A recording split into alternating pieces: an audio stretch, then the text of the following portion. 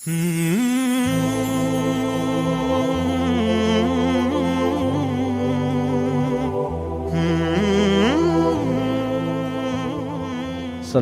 warahmatullahi wabarakatuh. Alhamdulillah, wassalatu wassalamu ala rasulillah wa ala alihi wa sahbihi wa mawalah. Kaum muslimin yang dimuliakan oleh Allah Subhanahu wa taala, kita sering bertanya ketika ada musibah yang menimpa kita dengan meninggalnya seseorang, ya, terkait tentang permasalahan harta. Sehingga banyak mereka bertanya, kapan sih sebenarnya pembagian harta warisan? Apakah dia harus ditunda sampai bertahun-tahun atau memang harus segera? Dan kalau kita merujuk kepada kitab-kitab fikih, tentu saja tidak ditentukan waktu-waktu tertentu dalam pelaksanaan pembagian harta warisan. Tapi idealnya ketika ada seseorang yang meninggal, ketika ada suatu kematian, di situ yang harus dilaksanakan oleh para ahli warisnya ialah menentukan siapa saja ahli waris. Penentuan sebelum pembagian, ya, karena pembagian ini butuh proses. Tapi setidaknya kita tentukan siapa saja ahli warisnya. Dan tentang harta-harta almarhum, ya, ini harus kita ketahui bersama, ya, maknanya mana harta benar-benar yang dimiliki oleh almarhum. Dan at-tirkah, kita sering mendengar dengan kalimat at-tirkah ataupun at-tarikah, adalah segala sesuatu yang dimiliki oleh si mayit dengan syarat harta itu miliknya secara sempurna. Tidak ada milik bersama. Kalaupun ada milik bersama, ini harus dipilah dulu, ya, sehingga kita tahu yang mana benar-benar harta almarhum. Dan ketika kita telah mengetahui harta-harta almarhum, tidak semata-mata langsung dibagi-bagikan kepada para ahli warisnya. Setidaknya ada 3 kewajiban yang harus dilaksanakan sebelum harta itu dibagi-bagikan kepada para ahli warisnya. Adapun yang pertama, yaitu dengan, ya, melaksanakan tajhiz mayit, biaya pemakaman si mayit, pembelian kafan, transportasi ambulan dan lain sebagainya. Kalau tidak ada yang menanggungnya, maka ini diambil daripada harta peninggalan si mayit. Dan mungkin di sebagian tempat itu butuh biaya untuk sewa tanah kuburan, dan ini juga harus dipertimbangkan apakah ini ditanggung oleh para ahli warisnya, ataupun kalau ahli warisnya tidak ada yang menanggungnya, maka diambil daripada harta peninggalan si mayit. Dan yang kedua yaitu tentang permasalahan hutang,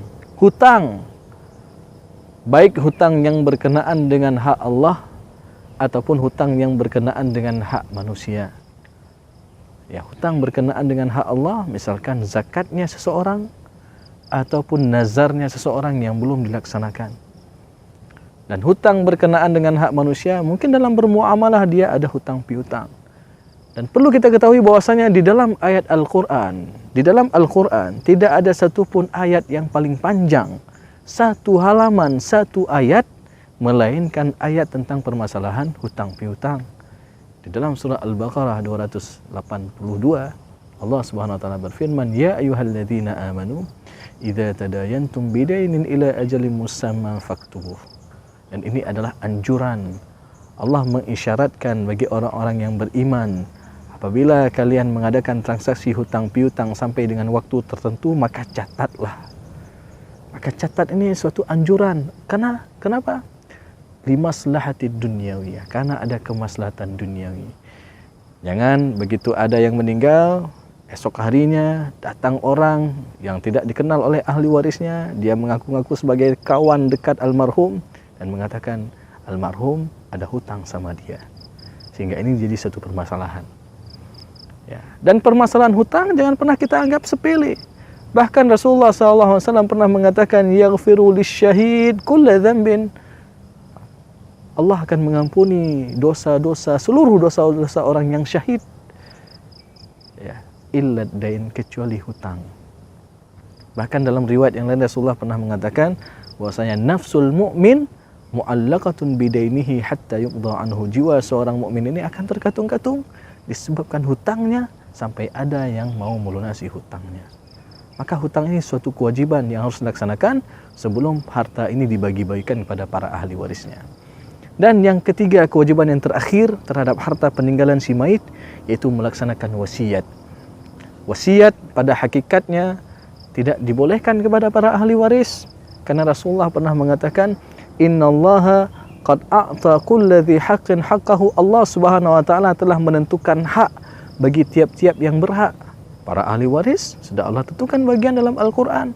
Ada yang dapat setengah, ada yang dapat sepertiga, ada yang dapat seperempat, ada yang dapat 1/6, 1/8 dan 2/3, bagian-bagian tertentu yang terdapat dalam surat An-Nisa ayat ke-11, 12 dan 176.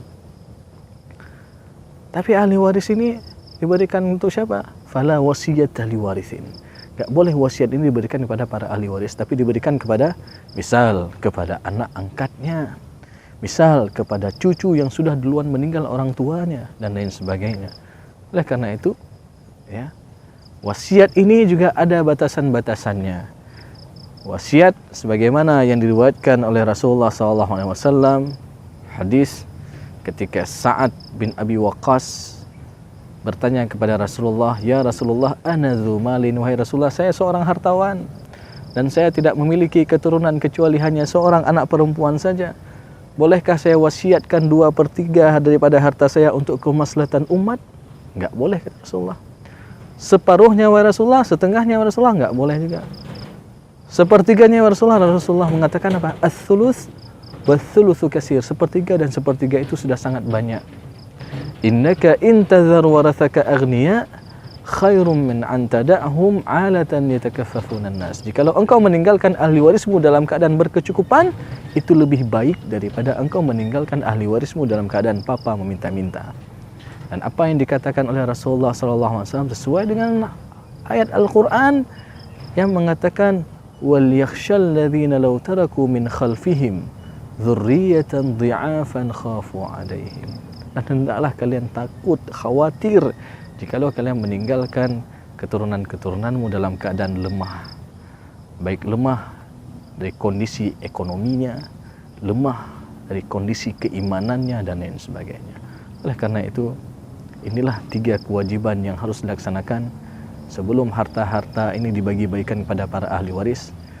Laksanakan tajhiz mayit, melunasi hutang-hutang almarhum, dan yang ketiga, melaksanakan wasiat-wasiat almarhum. Dan kalau 3 kewajiban ini telah dilaksanakan, baru harta ini dibagi-bagikan kepada para ahli waris sesuai dengan porsi masing-masing ahli waris yang telah ditentukan oleh Allah dan Rasul-Nya. Aqulu qawli hadza wa astaghfirullah li wa lakum wa lisa'il mu'minin. Assalamualaikum warahmatullahi wabarakatuh.